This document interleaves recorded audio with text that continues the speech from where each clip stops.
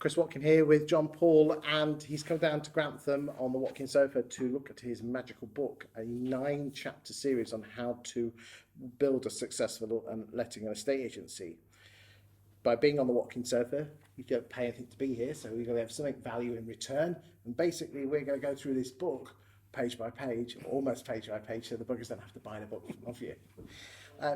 JP, we're in section 5, and it's talking about managing staff. Managing staff in an estate agency. Talk to me.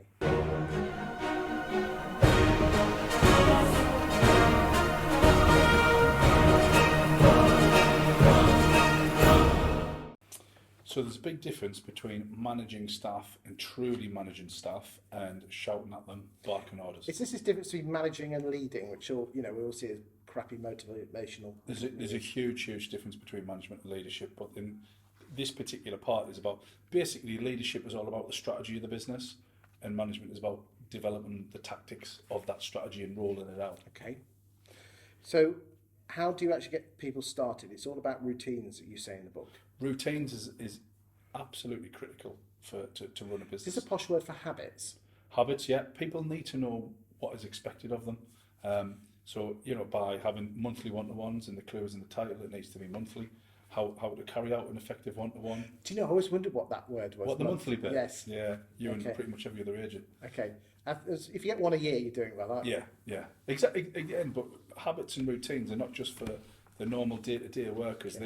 They are for the agents. They are for the managers as well. But how do you motivate your staff? So motivation is a very popular word at the minute, and people think chuck money at them, pat on the back. That's fine. But if you look at motivational theory, and the most behavioural, sort of the top motivationalists and behavioural scientists in the world, Alderfer, Hertzberg, Maslow's hierarchy of needs, Adam's equity theory, they all talk about progression, achievement, attainment, ambition. It's basically being better. So how do you become better in your job role? Well, the previous chapter talks about training development, which makes you better. Management, that helps you extract the knowledge and the performance out of you to make you better. So that's a good easy manager. For you to say that, but let's just say you're a boss and you've got like 5 branch managers. How do you give your branch managers a fighting chance to do that? Well, therefore, you're managing them on being a better manager. So it's not just about your managers making your sales negs and your let negs better. It's about the leader or the boss of the company making your managers better managers in the truest sense of the word.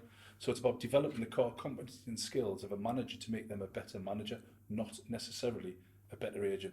If I'm here and I'm being a better agent, yes, I might sell a lot of houses. So it's not all about just throwing money at stuff and giving high wages? Oh, absolutely not. It never has been, it never will be. It never will be. So those agents that say if I just pay my next $5,000 more, they'll be better motivated. Delusional. Talking out their arse. Technical term. Very technical. Talking rubbish. And is it any different for millennials? You've got to manage differently, but they still want the same things. People want to be appreciated. They want to be better. Motivational theory doesn't change, and I've read countless studies on this, just because when somebody was born, the way and how to motivate them might be slightly changed, but the end goal is exactly the same.